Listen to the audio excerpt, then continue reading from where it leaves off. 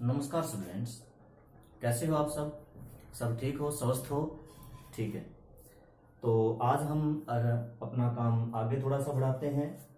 ठीक है, और आगे जो है कुछ और हमें नई चीजें सीखने को मिलेंगी। अब तक हम रिलेशन और फंक्शन, ठीक है, रिलेशन के भी टाइप हम 3 टाइप हम कर चुके हैं और फंक्शन के भी 3 टाइप हम रिलेशन में कर चुके हैं। रिफ्लेक्सिव, सिमेट्रिक, ट्रांजिटिव रिलेशन क्या क्या होती हैं और उनका यूजेज क्या है, ठीक है, कैसे और लगाना है।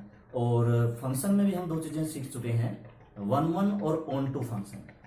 ठीक है, one one onto function उनको प्रूव करने का मेथड और अच्छी तरह से समझ चुके हैं। देखो, एक एक चीज को समझ के चलोगे तो आगे आने वाली जो चीजें हैं बहुत आसान लगेंगी। अगर हमें एक एक चीज समझ में आ जाती है कि किसका क्या मतलब है, ऐसे नहीं कि वन वन ये होता रट लिया, डेफिनेशंस नहीं रटनी, डेफिनेशंस को पढ़ो समझो। ठीक है, वन वन में क्या होता है, डोमेन के हर एक एलिमेंट की जब एक ही इमेज होगी तो वो वन वन फंक्शन होगा। और ऑन टू फंक्शन क्या होता है, जब कोडोमेन के हर एक एलिमेंट की प्री इमेजेस होंगी। हाँ, ऑन टू में कोडोमेन के एलिमेंट की प्री इमेज एक भी हो सकती है और कोडोमेन के एलिमेंट की प्री इमेज 2 भी हो सकती है, बस होनी चाहिए 3 भी हो सकती है, कितनी भी हो सकती है। जबकि वन वन में क्या था, डोमेन के हर एक एलिमेंट की एक ही इमेज होनी चाहिए।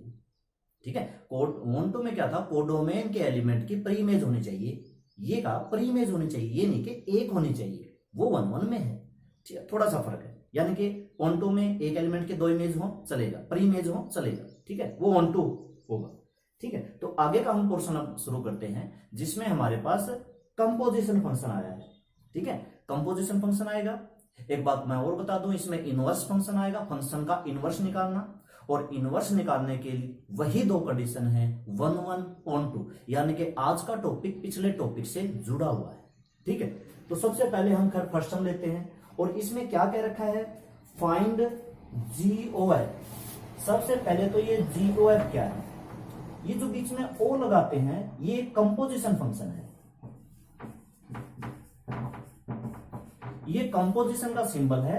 अब यहां पे F भी एक फंक्शन है, G भी एक फंक्शन है, और इस GOF का मतलब क्या समझता है, ये सम हम बाद में करेंगे, पहले समझो। मान लो कि fx इक्वल टू जैसे कुछ भी है से एक्स स्क्वायर है और gx जैसे मान लो कि साइन x है। अब ये पूछता है कि FOG निकालो और GOF निकालो।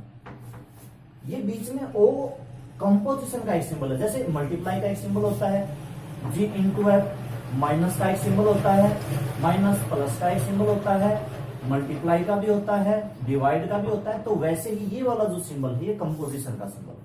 कंपोजिशन भी अपने आप में एक अलग से फंक्शन है। अच्छा, FOG का मतलब होता क्या है, जब हम जोड़ते हैं तो देखो, अगर इनको जोड़ना हो तो x square plus sine x हम कर देंगे, अगर माइनस करना हो तो x square minus sine x कर देंगे। ये भी एक हमारे ऑपरेशन होते हैं, तो ये भी एक O भी एक ऑपरेशन है। इसमें क्या करना होता है, जब ये कहे FOG निकालो तो F में G की वैल्यू रख दो, है ना, ये F है, ये G है। हमें क्या करना है, ये G की वैल्यू उठाई और यहां रख दी, किसकी जगह पे, X की जगह पे, यही करना है। ठीक है, तो ये वैल्यू उठाई और यहां रख दी, तो ये क्या बन गया, साइन X पूरे का स्क्वायर हो गया FOG।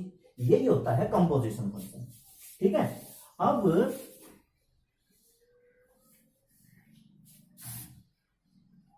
ये पूछेगा भाई इसका GOF भी बताओ। तो GOF में क्या करना है, G में F की वैल्यू रखनी है, ये F की वैल्यू उठाओ और यहां X की जगह पर रख दो, तो ये क्या हो गया, साइन एक्स स्क्वायर। ठीक है, साइन एक्स स्क्वायर, दोनों में फर्क है, FOG और GOF बराबर नहीं होते, फर्क है, ये साइन एक्स ये पूरे का स्क्वायर और ये केवल और केवल एक्स का स्क्वायर है। तो ये कंपोजिशन फंक्शन होता है। और ये कंपोजिशन फंक्शन कब होता है, इसके लिए जरूरी है, जैसे कि मान लो F एक फंक्शन है जिसका डोमेन A मैंने मान लिया और कोडोमेन या रेंज B मैंने मान ली। G एक फंक्शन है जिसका डोमेन मैंने B मान लिया और कोडोमेन मैंने C मान लिया। ठीक है, जब हम कहते हैं कि GOF निकालो, सबसे जरूरी कंडीशन, नेसेसरी कंडीशन क्या है इसके लिए, सबसे जरूरी कंडीशन है कि G का डोमेन एफ की कोडोमेन का सबसेट होना चाहिए, इक्वल भी हो सकता है, लेकिन इसके कोडोमेन का सबसेट होना चाहिए। ये सबसे जरूरी कंडीशन है, वरना ये निकल नहीं पाएंगे। कैसे नहीं निकल पाएंगे ये हम एग्जाम्पल की मदद से सीखेंगे कि भाई ये क्यों जरूरी है। ठीक है, तो पहले समझ लो GOF तभी निकल सकता है जब G का डोमेन के एलिमेंट या तो G का डोमेन सबसेट हो F के कोडोमेन के या रेंज के। ठीक है, ये रेंज भी हो सकती है, डोमेन कोडोमेन, और ये रेंज भी हो सकती है। ठीक है, यहां पे दरअसल कोडोमेन भी लिखते हैं, रेंज भी लिखते हैं। ये इसकी सबसे जरूरी कंडीशन है, वरना ये GOF निकालना पॉसिबल नहीं होगा। वो हम एग्जांपल से सीखेंगे। अब इस सम में मैंने ये एग्जांपल लिया, G का डोमेन क्या है B, F का कोडोमेन क्या है B, दोनों बराबर है, तो मतलब GOF निकल सकता है।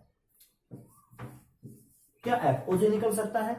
F का डोमेन क्या है A, G का कोडोमेन क्या है C, क्या दोनों बराबर हैं या सबसेट हैं? बिल्कुल नहीं है, तो मतलब ये पॉसिबल नहीं। ठीक है, ये होता है सबसे जरूरी कंडीशन। इस कंडीशन को ध्यान रखना। हालांकि इसका क्वेश्चन में कोई ज्यादा यूज नहीं है, हमें बस GOF निकालने के लिए कहेगा, फिर भी मैं एक्स्ट्रा पॉइंट ऑफ व्यू से समझा रहा हूं कि ये चीजें जरूरी होती हैं। और ये होता है एक फंक्शन को दूसरे फंक्शन में कंपोज करना। ठीक है, तो देखो ये हमारा फर्स्ट क्वेश्चन है, और इसमें कहता है राइट डाउन GOF। हम हमें GOF निकालना है, तो पहले तो अगर हमें GOF निकालना है तो सोचेंगे क्या G का डोमेन, ये तो मैंने देखा, ये F का डोमेन है, ये F का कोडोमेन है, ये G का डोमेन है, ये G का कोडोमेन है 1 3। ठीक है, तो ये F दे रखा है। F में इसने क्या कह रखा, 1 की इमेज क्या है 2, लिख रहा ना 1 2, 3 की इमेज क्या है 5, 4 की इमेज क्या है 1। ठीक है ना, डोमेन के एलिमेंट कोडोमेन में इमेजेस होती है, कोडोमेन के एलिमेंट की डोमेन में क्या होती है, प्री इमेजेस होती है। वैसे G में 1 की इमेज 3, 2 की इमेज 3, 5 की इमेज 1। ठीक है, ये इसमें लिख रखा 5 की इमेज 1, 2 की इमेज 3 है। GOF अगर निकालना तो सबसे पहले सोचो क्या G का डोमेन F के कोडोमेन के बराबर या सबसेट है? G का जो डोमेन है ये 1 to 5 और F का कोडोमेन है ये 1 to 5, तो बिल्कुल GOF पॉसिबल है, हो सकता है। अब निकालना कैसे है GOF? सबसे पहले F के ये 1 3 4 F है ना, तो F ये लेते हैं। तो इसमें हम क्या करेंगे, सबसे पहले हम F1 की वैल्यू निकालेंगे। F1 की वैल्यू मतलब F में 1 की इमेज क्या है, वही तो F1 है। F1 का मतलब F में 1 की इमेज क्या है। देखो मैंने पहले भी कहा था, ज्यादा कैलकुलेशन वाले समझ समझ के करना है। F में 1 की इमेज क्या है, F में तो 1 की इमेज 2 है, इसका मतलब इसकी वैल्यू तो 2 आ गई, बिल्कुल। अब G2 की वैल्यू क्या होगी, G2 की वही वैल्यू होगी जो G में 2 की इमेज है। यहां पर इमेजेस का वो है थोड़ा सा क्या ना, वैल्यू कोई वैल्यू पुट नहीं करनी, बस ये सोचो G में 2 की इमेज क्या है, तो ये रहा G फंक्शन। 2 की इमेज 3 है, बिल्कुल G2 हमारे पास 3 आया। इसका मतलब समझते हो, 1 की इमेज सीधी 3 हो गई। देखो 1 की इमेज पहले 2 थी, 2 की इमेज फिर 3 थी, तो दरअसल ये फंक्शन कंपोज हो रहे हैं। मैं यहां से समझाता हूं, 1 3 4 1 2 5 और 1 3। तो पहले F में क्या था, 1 की इमेज 2 थी, फिर G में 2 की इमेज 3 थी, तो ये डायरेक्ट 1 की इमेज 3 होगी। अब बीच वाले का कोई काम नहीं, डायरेक्ट 1 की इमेज 3 होगी, मतलब ये वाला खत्म। ठीक है, ये मतलब होता है GOF का। दो फंक्शन को जब कंपोज करते हैं तो ये बीच वाला डोमेन को डोमेन खत्म हो जाता है। ठीक है, इसी तरह से अगला GOF। अच्छा, F1 के बाद हम लेते हैं 3। अब बताओ F3 की वैल्यू, F में 3 की इमेज, F में 3 की इमेज 5। ठीक है, ये इसकी वैल्यू है, ये G लिखना है। और F3 की वैल्यू क्या है, 5 है। G में 5 की वैल्यू ये 1, 5 की इमेजेस लिखनी है इसमें। ठीक है, GOF 1 हो गया, 3 हो गया, 4 हो गया। F4 की वैल्यू F4 ये रहा 1, G1 3 ये हो गया। ठीक है, अब ये पूछेगा, वैसे ना भी पूछे तो हमें बताना है, हमें इमेजेस का पता चल गया, 1 की 3, 3 की 1, 4 की 3 पता चल गया। अब इसका डोमेन क्या है, सो जीरो एफ। देखो हर फंक्शन का डोमेन होता है, एफ का डोमेन है, जी का डोमेन है, तो जीरो एफ पूरा का पूरा एक फंक्शन है और इस पूरे के पूरे फंक्शन का डोमेन क्या होगा, ये तीनों क्या होंगे 1 3 4 और कोडोमेन क्या होगा, ये तीनों 1 3। दो बार लिखना नहीं है, एक ही बार लिखना है, ठीक है। क्वेश्चन हो गया। और साथ में ये भी लिख दो एंड इसको कैसे लिखना चाहोगे, इस तरह से पेयर में लिखना चाहोगे, पेयर में लिख सकते हो। कैसे 1 3 3 1 4 3,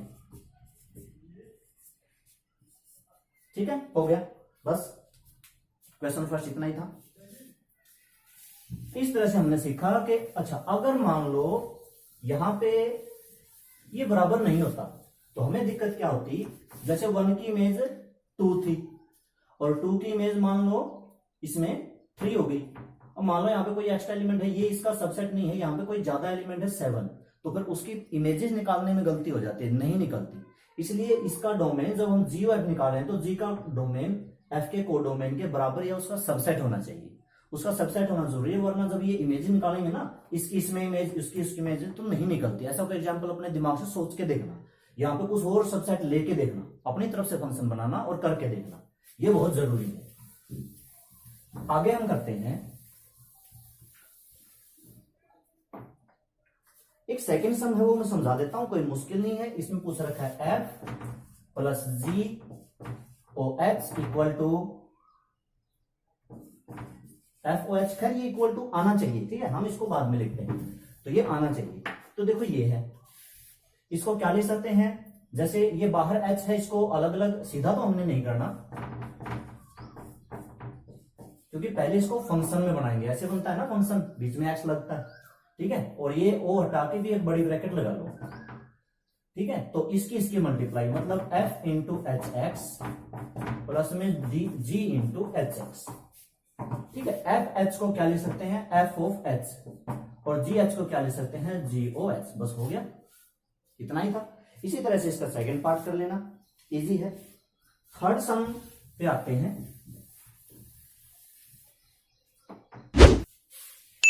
थर्ड का सेकंड पार्ट लेते हैं। एफ एक्स है 8x की 3,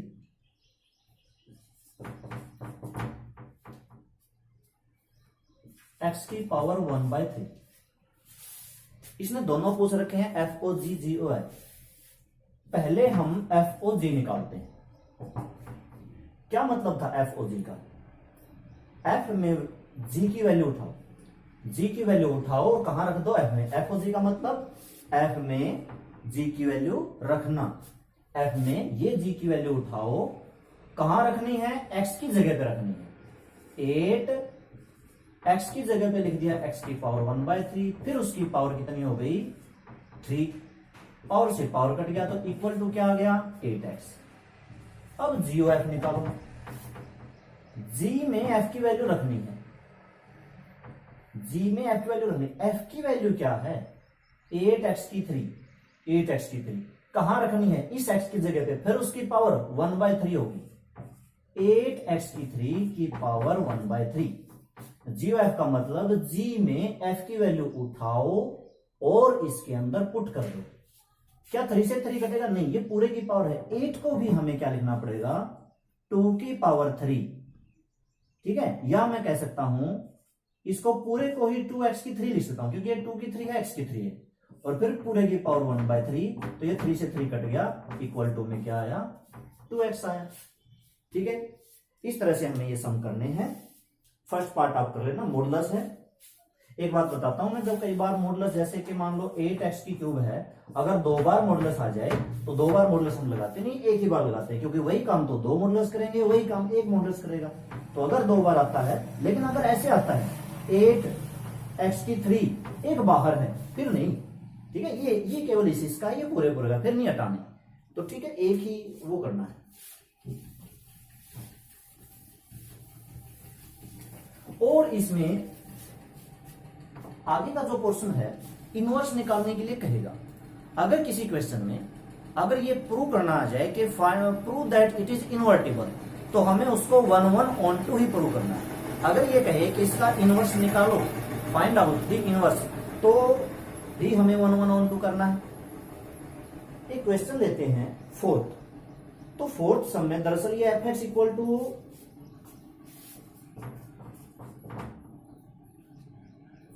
4x प्लस 3 और 6x माइनस 4। ठीक है, सबसे पहले ये शो करो कि एफ ओ एफ प्रूव में क्या करना है, f o f x equal to x, ये प्रूव करना है। एफ ओ एफ का मतलब समझते हो बच्चों? एफ ओ एफ जैसे एफ ओ जी होता था, एफ में जी की वैल्यू रखते थे, एफ में जी की वैल्यू रखते थे। अब एफ ओ एफ है, मतलब एफ की वैल्यू एफ में ही रखना। कैसे रखोगे? रखो, लिखो, कैसे लिखोगे? हम लिखते हैं एफ ओ एफ एक्स, है ना। एक बार और लिख देता हूं मैं, ये है ना एफ एक्स। अब ये वैल्यू खुद की ही कहां रखनी? एक तो इस एक्स की जगह पे, एक इस एक्स की जगह पे। ध्यान से समझना, ये वैल्यू जो है यानी कि ये खुद ही है, ये यहां पे रखनी। तो सबसे पहले मैं 4 इस x की जगह पे वो पूरी वैल्यू रखनी पड़ेगी। तो 4x प्लस 3 बाय में 6x माइनस 4 प्लस 3 पूरे के बाय में 6x की वैल्यू 4x प्लस 3 बाय में 6x माइनस 4 माइनस 4। ठीक है, बस इसको सोल्व करो। 4 की मल्टीप्लाई ऊपर वाले से होगी 16x, एक मिनट पहले एलसीएम लो, 6x माइनस 4। ठीक है, ये एलसीएम आ गया, कट गया। 4 की मल्टीप्लाई 16x प्लस 12 प्लस में ये एलसीएम है, इसका एलसीएम लिया है तो इसकी मल्टीप्लाई इससे, नीचे भी एलसीएम 24x 18, इसकी से 24x प्लस 16, 4 4 जा 16 18। ठीक है, ठीक है, एलसीएम से एलसीएम कट गया, प्लस 12 से माइनस 12 कटा। हाँ, ये माइनस का 4 है, माइनस 24 से माइनस 24 कटा। 16 और 18 हो गए 34 और बाय में ये हो गए 34, ये कटा। तो बच गया क्या? एक्स। यही तो हमने प्रूव करना था, यही तो हमें प्रूव करना था कि जब एफ में एफ की वैल्यू रखी जाए तो क्या आएगा? एक्स। ठीक है, यहां से एक रिजल्ट निकल के आता है, जब एफ में एफ की वैल्यू रखने से अगर एक्स आता है, इसका मतलब इसका इनवर्स ये खुद ही है। ठीक है, ये हो सकता है कि कोई फंक्शन खुद का ही मल्टीपल हो। जैसे कि हमने छोटी क्लासों में हमने क्या किया है, मल्टीप्लीकेशन इनवर्स क्या होता है। अगर मैं पूछूं 2 का मल्टीप्लीकेटिव इनवर्स क्या होता है? 1/2। 5 का मल्टीप्लीकेटिव इनवर्स क्या होता है? 1/5। आते हैं ना एडिटिव इनवर्स, मल्टीप्लीकेटिव इनवर्स। अब मैं पूछ लूं 1 का मल्टीप्लीकेटिव इनवर्स क्या होगा? 1 ही होगा। तो ऐसा हो सकता है कि खुद का खुद ही मल्टीप्लीकेटिव इनवर्स हो सकता है। ठीक है, ये वाला मल्टीप्लीकेटिव इनवर्स और ये वाले थोड़े से कुछ कुछ मिलते जुलते हैं। तो 2 का मल्टीप्लीकेटिव इनवर्स 1/2, क्यों? क्योंकि उसका रेसिप्रोकल करना होता है। 5 का 1/5, तो 1 का क्या होगा? 1 ही होगा। इस तरह से मैं पूछूं -1 का क्या होगा? -1 होगा। ठीक है, तो हो सकता है वही आए। तो अब इसने पूछना था ना व्हाट इज द इनवर्स, तो लिख दो। सो इनवर्स ऑफ एफ यही 4x प्लस 3 बाय में 6x माइनस 4।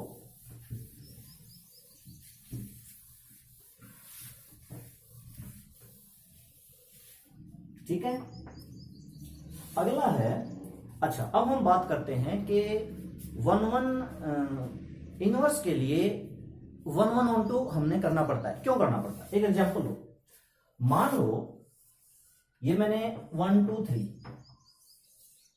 ABC, 1 की इमेज 1 है, 2 की इमेज B है, 3 की इमेज C है।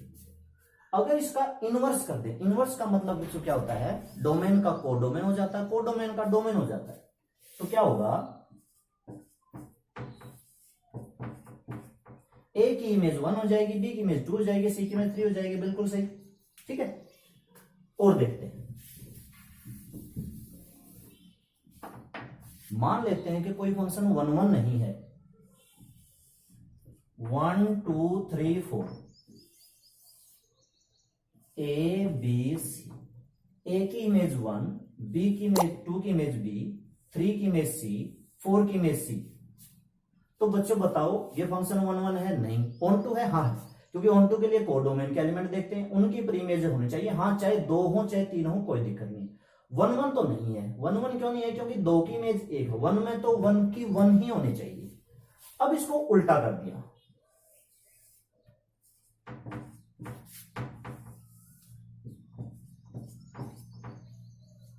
बताओ ए की इमेज 1, बी की इमेज 2, सी की इमेज 3 और 4, क्या ये फंक्शन है? क्या ये फंक्शन है? देखो, ए की इमेज 1 है, ठीक है, बी की इमेज 2 है, ठीक है, सी की 2 इमेज होगी। और क्या कहा था, जब एक एलिमेंट की 2 इमेज हो वो तो फंक्शन ही नहीं होता। तो ये तो फंक्शन ही नहीं है। 1 1 1 2 की तो बाद की बात है ना, इसका इनवर्स निकलेगा फंक्शन की। इसका मतलब ये है कि फंक्शन का इनवर्स करने के लिए उसका 1 1 होना बहुत ज्यादा जरूरी है। इसी तरह से आप सोच के देखना, क्या ऑन टू होना जरूरी है? ये मैं आपके लिए छोड़ रहा हूं। ऐसी कुछ एग्जाम्पल लेना जो ऑन टू ना हो, तो वो भी अगर उसका इनवर्स करेंगे तो फंक्शन ही नहीं रहेगा। यानी कि अगर किसी फंक्शन का इनवर्स करना है तो वो 1 1 होना चाहिए, ऑन टू होना चाहिए। और 1 1 ऑन टू की डेफिनेशन ध्यान रखना। फोर्थ सम में 1 की इमेज 10 है, 2 की इमेज 10 है, 3 की 10 है, 4 की 10 है। ये 1 1 नहीं है, मैनी वन फंक्शन है, तो इसका इनवर्स नहीं होगा। यही हमने इसमें लिखना है, because many element of domain have their same image, so it is not 1 1, so its inverse does not exist। ठीक है, सेकेंड और थर्ड पार्ट इस तरीके से कर लेना। सिक्स्थ पार्ट में क्या है, पहले इसको 1 1 शो करो, फिर इनवर्स भी निकालना है। इनवर्स के लिए तो ऑन टू भी शो करना पड़ेगा। सिक्स्थ में क्या है, एफ एक्स क्या दे रखा है, एक्स बाय में एक्स प्लस 2। ठीक है, तो पहले इसको 1 1 चेक करो। ठीक है, 1 1 चेक करते हैं। क्या कंडीशन थी,